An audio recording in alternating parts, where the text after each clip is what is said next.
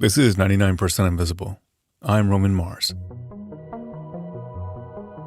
There's an image that stuck with me from the early pandemic that I'll never forget. It's the image of dozens of cargo ships stacked high with hundreds of thousands of containers anchored off the coast of Southern California. They were all just sitting there. I remember passing them in my car, and the containers were stacked almost as high as the bridge I was driving over. And then, of course, there were the grocery store shelves, empty of flour and olive oil. And yeast. I remember I really wanted baker's yeast for the first time in my life, but no dice.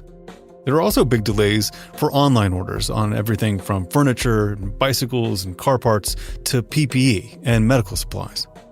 Before the pandemic, you rarely heard people use the phrase global supply chain, the incredibly complex network of corporations and factories and transportation companies that we depend on to make and move goods around the world.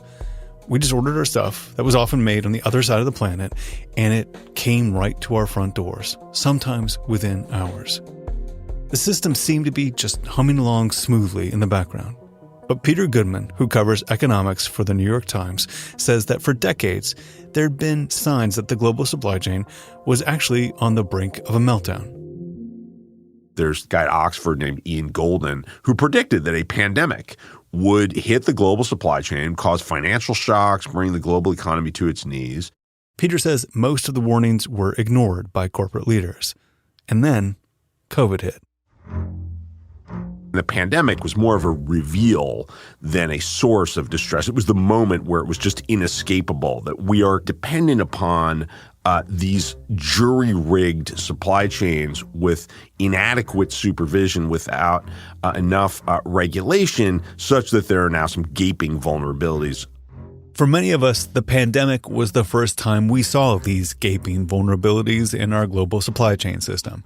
Peter's been reporting on how long-standing problems like corporate greed, overseas manufacturing, and our appetite for cheap stuff are what made this system buckle in 2021. In his new book called How the World Ran Out of Everything Inside the Global Supply Chain, Peter's written about his findings, including one invention that really shaped the supply chain system we know and don't exactly love today. So the key innovation that allows companies to draw on suppliers around the globe is the advent of something we now take for granted, the shipping container.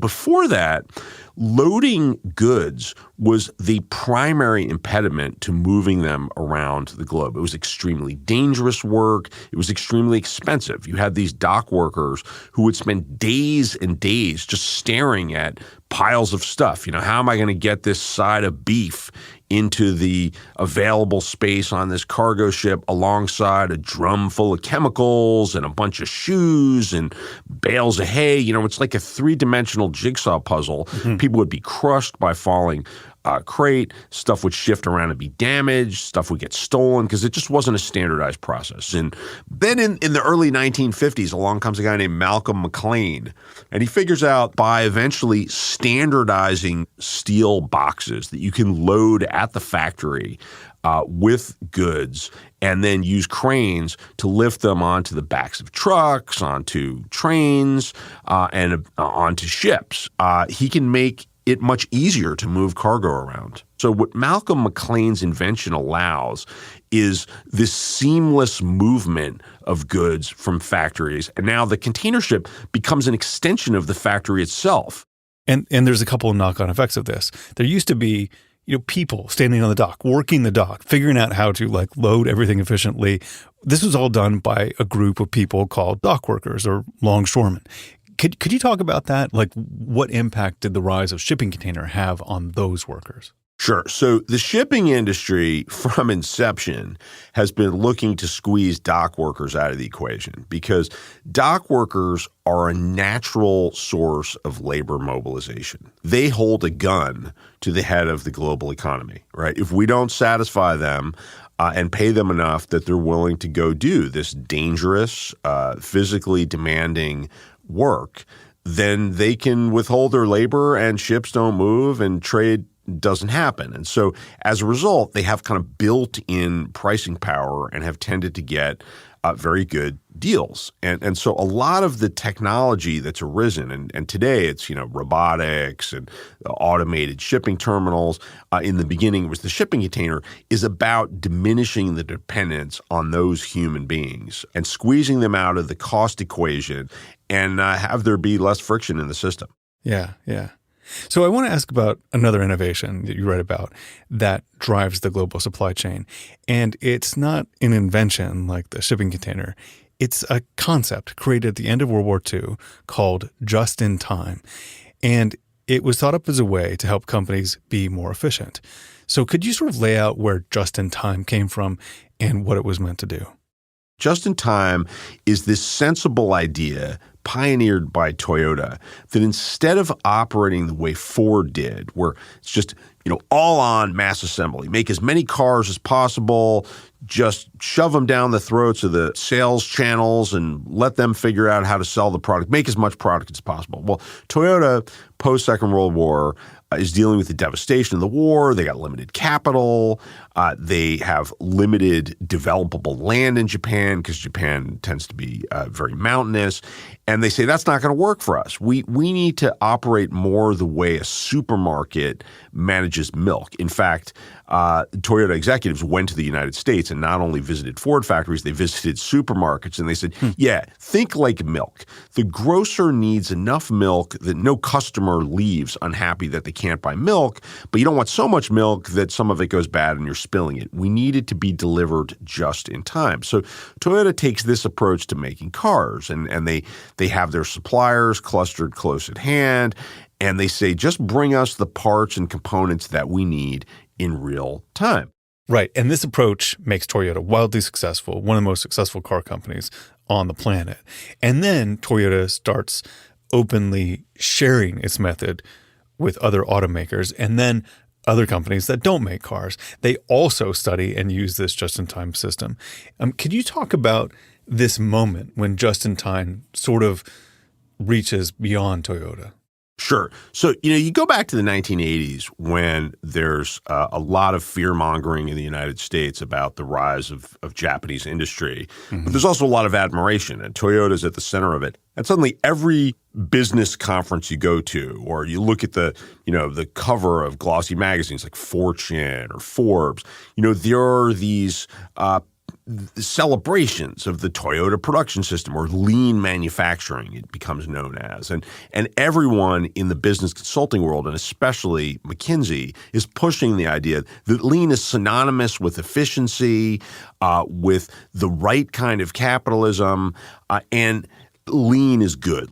Okay, so then in the 1980s, just-in-time makes this leap as a kind of dominant managerial philosophy out in the larger business world, where it becomes almost a pathology. Like there's this aversion to having anything in-house other than what is making money right now. And that idea becomes supercharged.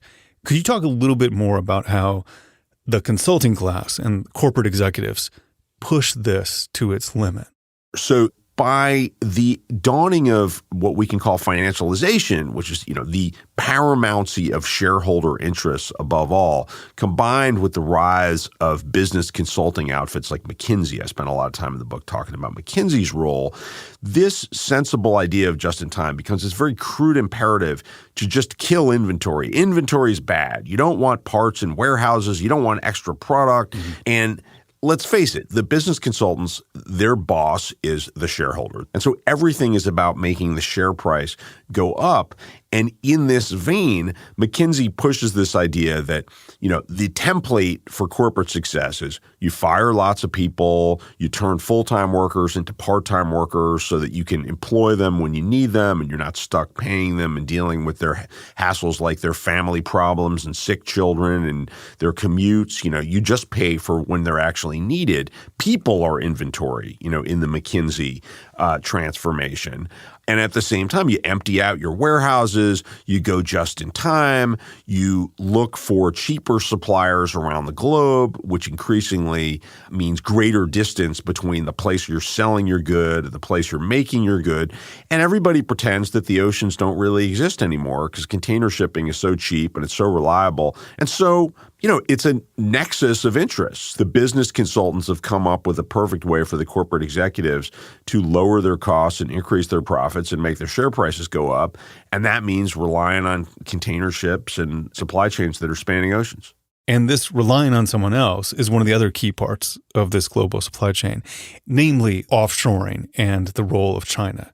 Could you talk about that ascendancy and how China fits into the global supply chain? Yeah, I mean, it's a confluence of events that play out right at the same time. I mean, basically, China comes out of the Cultural Revolution in the mid-1970s. This time of extraordinary upheaval, ferment, violence, people are poor, they're beleaguered, and Deng Xiaoping consolidates power in China. And Deng Xiaoping reacts to the ideological upheaval of the Cultural Revolution by essentially concluding that ideology doesn't matter. What matters is national development. And he institutes a bunch of market-embracing reforms that brings this industrial boom to China. And at the same time, the Chinese government manages to get China into the World Trade Organization, which will crack open export markets for Chinese goods, because China has become the ultimate place to make products cheaply and at scale. And this serves the interests of publicly traded corporations in the United States who spend a lot of money lobbying the Clinton administration. I mean, Clinton comes into office, and not even a decade later, he's leading the charge to get China into the WTO because he's vacuuming up campaign contributions from American retailers and manufacturers who are eager to make use of Chinese labor to drop the costs of production. And China becomes like super specialized to become the factory of the world. I mean, you write that in 2021, Chinese companies are making something like 80% of the world's air conditioners, 2/3 of our mobile phones, and this work gets spread across various regions in China so that different provinces have their own specialties. So how did that happen? Like, how did China go from having all these different regional niches here and there to where the whole country is eventually dominating world markets? Yeah, so I was actually based in China from 2001 to 2006. And so I saw, up close what unfolded after China enters the WTO. And what happens is all this foreign investment pours in, and individual towns become, that's the microwave town where suddenly 40% of all the microwave ovens are made in this pair of factories in Guangdong province. Oh, over here in Zhejiang province, all the neckties are made here. Suddenly Italian necktie plants are going out of business as China takes, 60, 70% of the world's share of making neckties. And so it goes, blue jeans, T-shirts. It starts small and eventually turns into electronics. And of course, now we know, computing elements. And so eventually China emerges as the so-called factory floor to the world. I mean, if all the production is over there and you want to make something in the 21st century and you want to be remotely competitive with other people who are making stuff, you either go to China or you're out of business. Coming up, as the global supply chain buckled during COVID, one U.S. toy maker went on a nail-biting mission to get his products on shelves in time for Christmas. What that story teaches us about how the whole system broke and how to fix it after the break.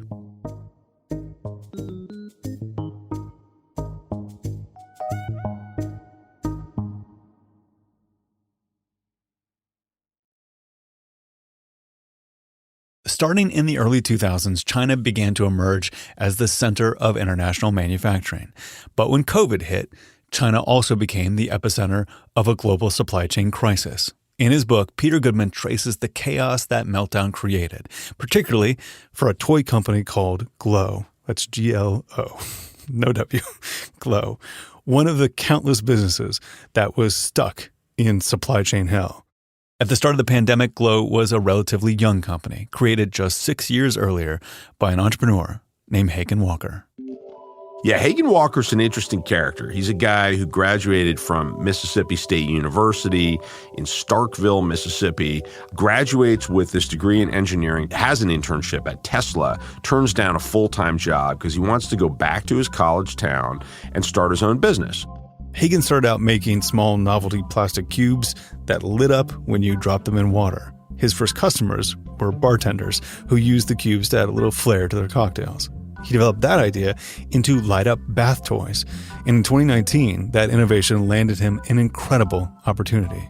This turns into a deal to make floating bath toys for Sesame Street, themed for Elmo and Julia, a new character Sesame Street introduced around 2020 who has autism. This Sesame Street contract was the most important deal Hagen Walker's startup had ever had. The goal was to have the bath toys on shelves in time for the 2021 holiday shopping season. At first, Hagen planned to get all the parts he needed made domestically, but he quickly learned that it was going to be incredibly expensive, if not impossible, to manufacture his toys in the U.S. And finally, somebody in Georgia says, this is too complicated. You got to make this in China. When production has moved to China, you either go there or you have a hard time making stuff. And so he follows the path of least resistance. In late 2020, Hagen decided to get his toys made in China, where he learned that some parts of the process would be 12 times cheaper than in the U.S. But as the pandemic spread, Hagen soon found out how fragile the global supply chain really was. China is struggling to turn itself back on. There are still COVID lockdowns, the worst ones in Wuhan, which is where COVID first emerges in early 2020 or actually late 2019. And there are shortages of all sorts of components. And China is not unwilling to exercise state power. And so he needs plastic to make these dolls. He's told by his factory in the city of Ningbo, China, you better make the biggest order you can in one shot because you're going to have a hard time finding plastic. The government's having us prioritize use of plastic for things like medical devices. Kind of hard to argue with the logic of that. Like, what do we need more? Ventilators or, light up Elmo dolls? People are afraid of the pandemic. There are restrictions on movement. So this factory says, we're having a hard time employing enough people. We're not sure about the raw materials. Place the biggest order you can possibly afford. So that's what Hagen does. Right. And then the toys get made. And then what happens to them? So when it's time to get the order shipped, that's when things get really alarming. That's when Hagen goes on a website called Freightos. Think of this as like Expedia for people who need to book shipping containers.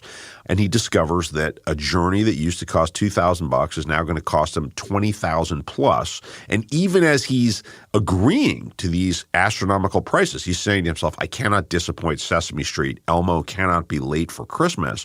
I will pay whatever it costs. He's being told by shipping agents in Hong Kong, in the Chinese city of Shenzhen, in Queens, in Los Angeles, hey, sorry, there's no room on the ship. And it turns out, as I discovered in the book, this is happening throughout the importing world. I mean, even large companies like Columbia Sportswear that have contracts to move a certain number of containers per month are being told, oh, sorry, no room on the ship. But actually, there is room on the same ship if you're willing to pay expedited handling fees, special pandemic surcharges, all sorts of made-up names for things that amount to paying a lot more for the thing that you thought you had contracted. I mean, this really is as if, we showed up as consumers at, LAX thinking we're going to get on a plane for JFK. That's what it says on the ticket. We bought the ticket and they say to us, no, we don't have space. But if you'll pay 10 times as much, well, we got space right now. And otherwise you're going to keep waiting. And this is what's happening to Hagen and to importers in general. Yeah. Okay. So you write that one of the big problems manufacturers were facing with the global supply chain was a gross miscalculation of how COVID would affect demand. Could you explain what everyone got wrong? One of the things that has happened is the people running global businesses have wildly flubbed the forecasting of what's supposed to happen in the pandemic.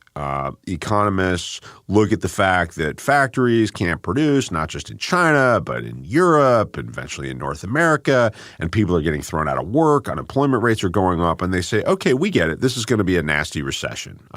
There is spending power being taken out of the economy because people are losing their jobs, and as a result of that, there will be less demand for all sorts of things.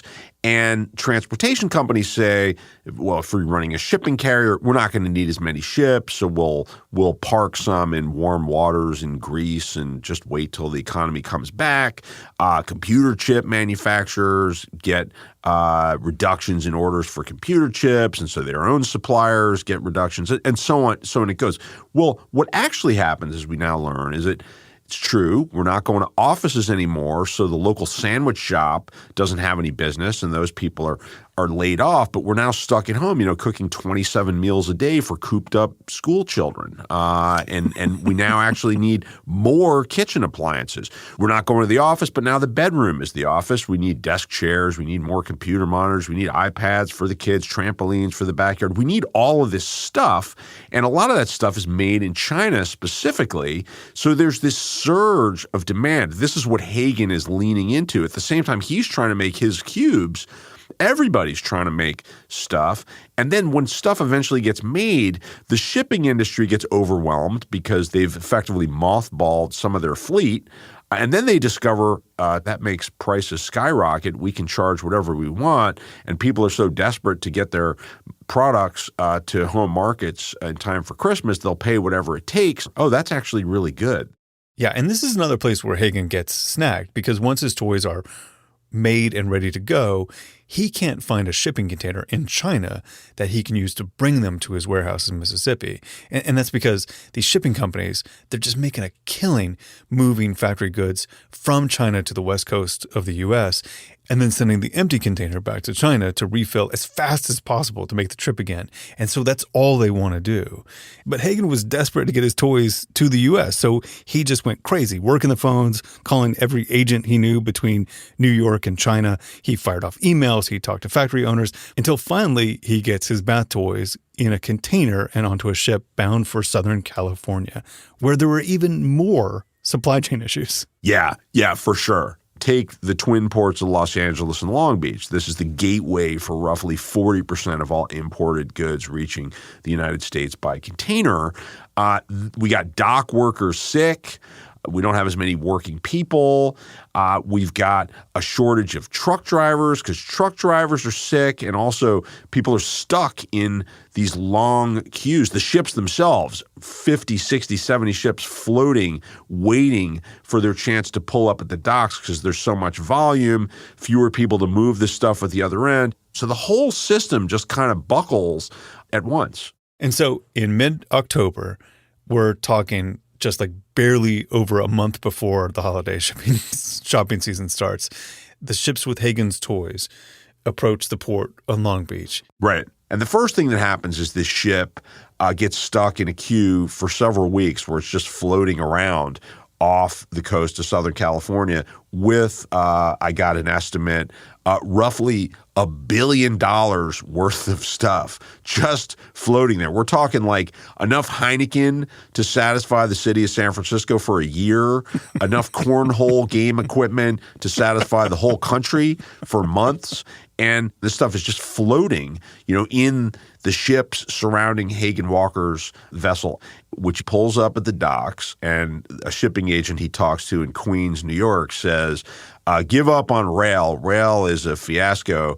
Let me see if I can get you a long-haul truck. Now, long-haul trucking is besieged by delays. There's supposedly truck driver shortages, which is really the industry's way of describing the fact that they've downgraded this job to such a hellish state that they can't find enough people to do this job. And the minute unemployment goes down, people go do something else. Well, Hagen Walker gets lucky. They find a truck driver, and the truck driver brings his container full of these Elmo dolls from Southern California to his warehouse in Mississippi in time for Christmas. It ends happily for Hagen Walker, but not for everybody else. So despite all these obstacles, by the skin of his teeth, this works out for Hagen Walker. But in your book, he and others have discovered that maybe it's time to stop relying so heavily on China as the place where everything gets made. And they look at other countries around Asia and beyond in order to give themselves some more resiliency. But leaving China is much easier said than done. So what are the obstacles with this? So, if you're a giant company like Walmart, then sure, okay, we'll move a little bit of production to India or Mexico or wherever. If you're a small business like Hagen Walker, he actually comes out of the pandemic experience wanting to move some of his production out of China. He's concerned about the trade war. Mm-hmm. He's concerned about being vulnerable to increased shipping costs. So he takes a trip to Vietnam. He explores moving production there. He thinks about Cambodia. And in the end, he stays in China. And he shows me an app that he uses to order raw materials. It's part of Alibaba, it's like the Amazon of China.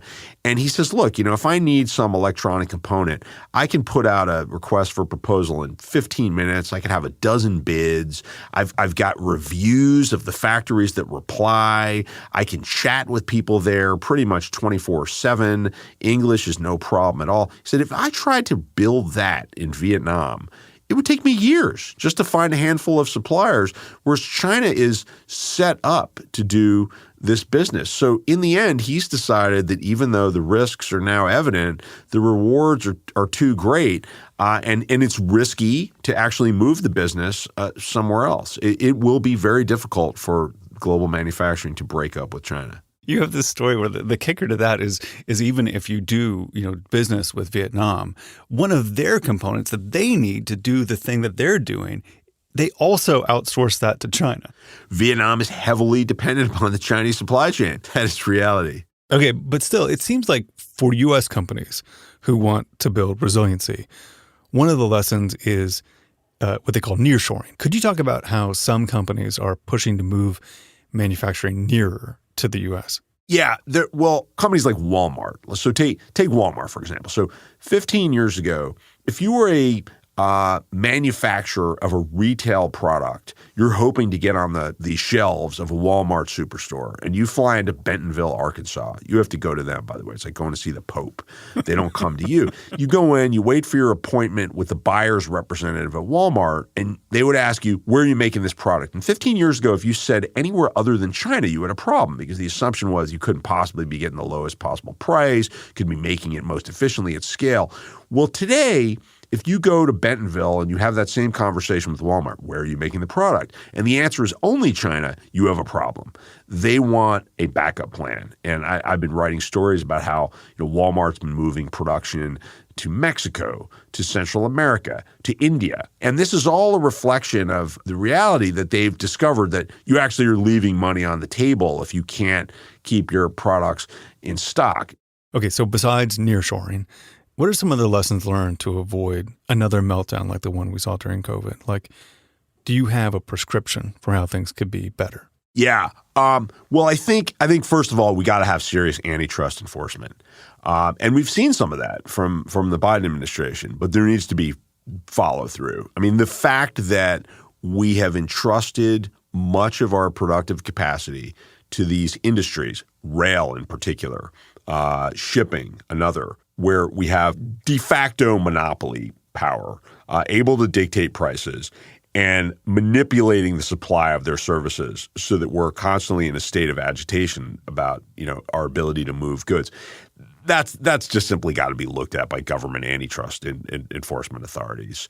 And then to, realize that it was absurd to treat a factory in Southern Ohio as the functional equivalent of a factory in China. That's not to demonize the factory in China, and it's not to demonize globalization, but to recalibrate it so that it makes, common sense. We need backup supplies. And by the way, just in time works better if more of our productive capacity is closer to the consumer. Mm-hmm. And I think, our own experience in the last few years when we've heard so much about these supposed labor shortages, well, most of the time when we dig into labor shortages, what we find are that workers have been getting a bad deal for years. They've lost the ability to balance their family lives and their own interests with their work.